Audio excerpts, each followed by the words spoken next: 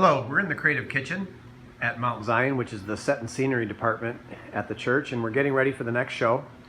And you see we have 3 stacks of scenery panels leaned against the wall, and we'll focus on the far 2 left stacks, and of course afterwards paint these library book panels as well.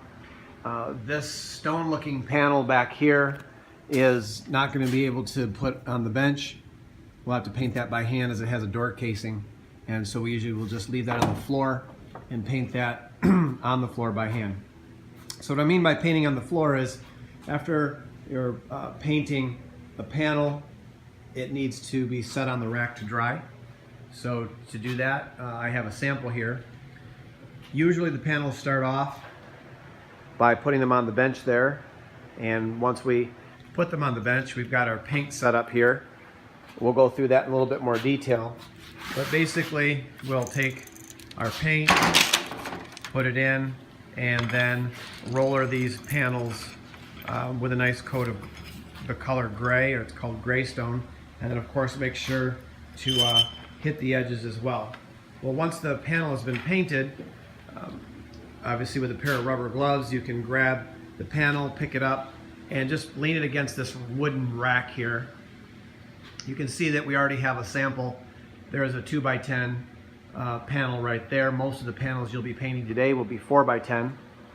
And they're simple wood construction with a fabric skin, so they're pretty lightweight, easy to move. And so the plan would be to paint the panels and then just line them up next to each other to dry along the scenery rack. And then of course the remainder can just stay leaning up against this wall to dry as well. The paint that we're using today is a color called gray stone, and you can see I've got a paint table here with everything that will be needed: paint can opener, mallet, rag, stir stick, tray, roller cover, and the paint, of course. Now this handle here is removable. It just simply threads out of the post there, so just twist it, and if using the longer handle is not as comfortable, then you can remove that and just use the handle. History has shown us that using the longer handle is really nice because it allows a person to be on one side of the panel and just roll over the whole length of the panel without reaching over so far.